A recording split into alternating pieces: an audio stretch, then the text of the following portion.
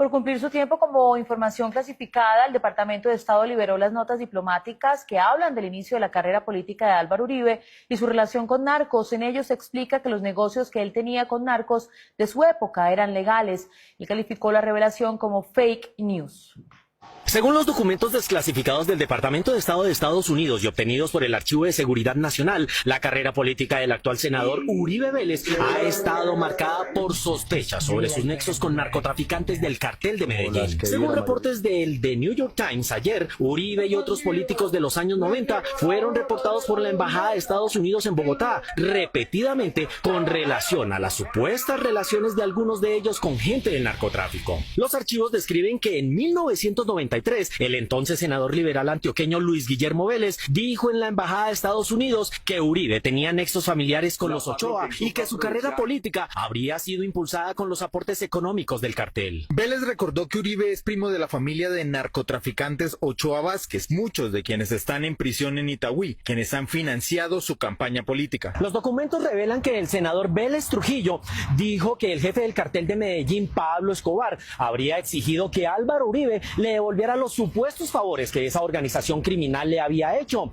pues necesitaba de su apoyo para garantizar la vida de Pablo Escobar si se entregaba a la justicia. Escobar, a través de los Ochoa, está ahora exigiendo a Uribe que devuelva los favores, tratando de abrir un canal de comunicación con el presidente colombiano César Gaviria. En septiembre de 1991, el Pentágono elaboró un informe de 14 páginas con un listado de personas que estarían al servicio del cartel de Medellín, en que aparecen Gonzalo Rodríguez Gacha, Popeye, La Quica, Pablo Escobar y entre otros. En el número 82 de la lista, el nombre de Álvaro Uribe Vélez. 4 meses después, un nuevo informe dice que pese a lo escrito, no había suficiente mérito para la mencionada lista. Desde mayo de 1989, Uribe supuestamente ha estado involucrado en el tráfico de drogas. Los registros afirman de manera menos concluyente que la familia de Uribe tiene extensas posesiones de tierra y negocios en Antioquia y hace negocios legítimos como la ganadería.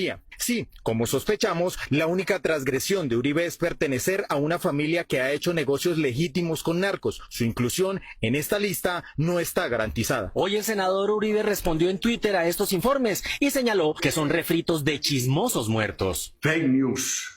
En épocas electorales y sin pruebas. En otro punto de interés del informe se menciona al padre del actual candidato Iván Duque Márquez, cuyo padre, Iván Duque Escobar, fue gobernador de Antioquia entre 1981 y 1982. En él se dice que habría recriminado a Álvaro Uribe por haber concedido una licencia de aviación para un miembro del cartel. Estos documentos son ahora públicos y pueden ser consultados en el Archivo de Seguridad Nacional en la Universidad George Washington de Estados Unidos. ¿Por qué Álvaro Uribe es el narcotraficante número 82?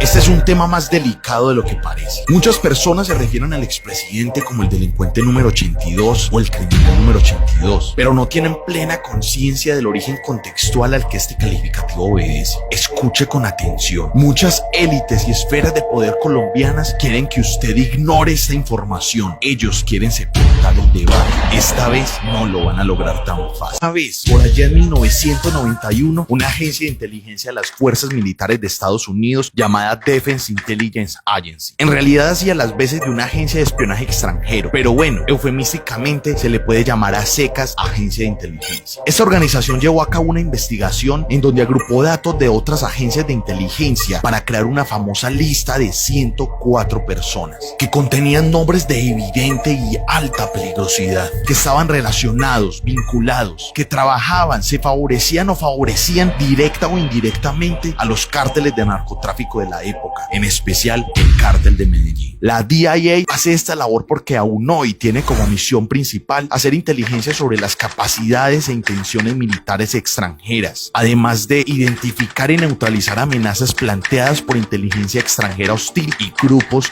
terroristas. Pero para entender mejor, rebobinemos un poquito.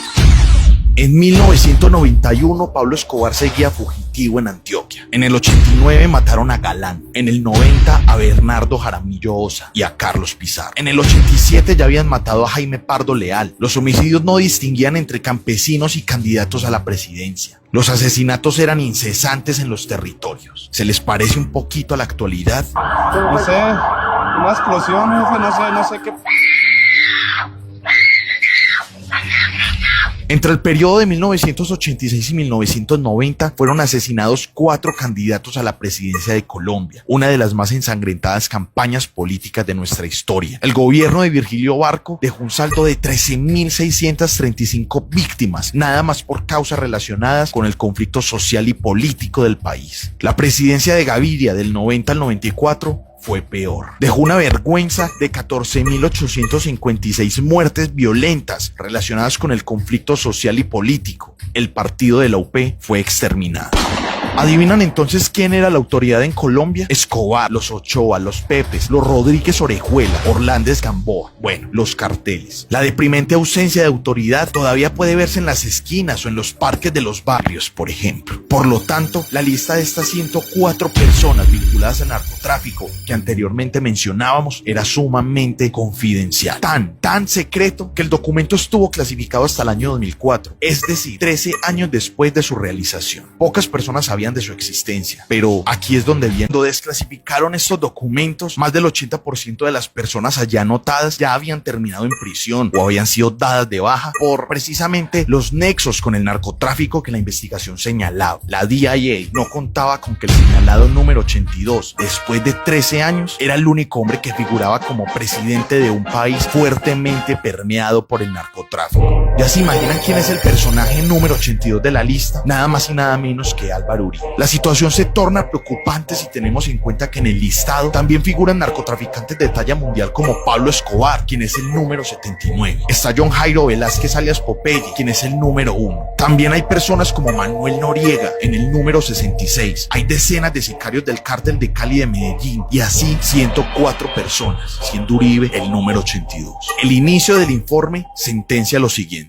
Este reporte ofrece información sobre los narcotraficantes colombianos más importantes, contratados por los cárteles para seguridad, transporte, distribución, cobro y ejecución de operaciones de narcóticos, tanto en Estados Unidos como en Colombia. El documento dice textualmente que Uribe estaba dedicado a colaborar y que trabajaba para y con el cartel de Medellín a altos niveles gubernamentales. Dice que fue amigo de Pablo Escobar y participó en su campaña política. La investigación afirma además que Uribe fue vinculado a negocios que están conectados con actividades de narcotráfico en Estados Unidos. El documento dice también que su padre fue asesinado por sus relaciones con los narcotraficantes. Más tarde, fue precisamente el gobierno de Uribe el que hizo una declaración al respecto en el 2004, desmintiendo la información y ofreciendo otra versión de los hechos. Ustedes están en la libertad de observar, analizar y contrastar. Para eso, se han dispuesto varios links en la publicación de este video. Eso sí, los antecedentes son innegables. Uribe fue destituido de la alcaldía de Medellín por Belisario Betancur por posibles nexos con el narcotráfico. En ese cargo solo duró 3 meses. En 1982, Iván Duque Escobar, padre del actual presidente Iván Duque, hizo denuncias en contra de Álvaro Uribe por las licencias que otorgó como director de la Aeronáutica Civil a personas relacionadas con el narcotráfico. El mismísimo Popeye diría en una entrevista lo siguiente. Él cuando era director de la Aerocivil, él autoriza la pista de la Hacienda Norte. Él autoriza esa pista sabiendo que es para Pablo Emilio Escobar Gaviria. Mire, yo realmente en el tema de Álvaro Uribe Vélez no me quiero extender más. Por lo que estoy aquí en la ciudad, Álvaro Uribe Vélez es el dueño de esta ciudad. ¿Cómo podemos entonces desvirtuar la posición de la Defense Intelligence Agency? Recuerden siempre contrastar la información y corroborar por sí mismo los datos aquí brindados. El conocimiento nos hará libres. Comparte este video y únete al movimiento del cambio.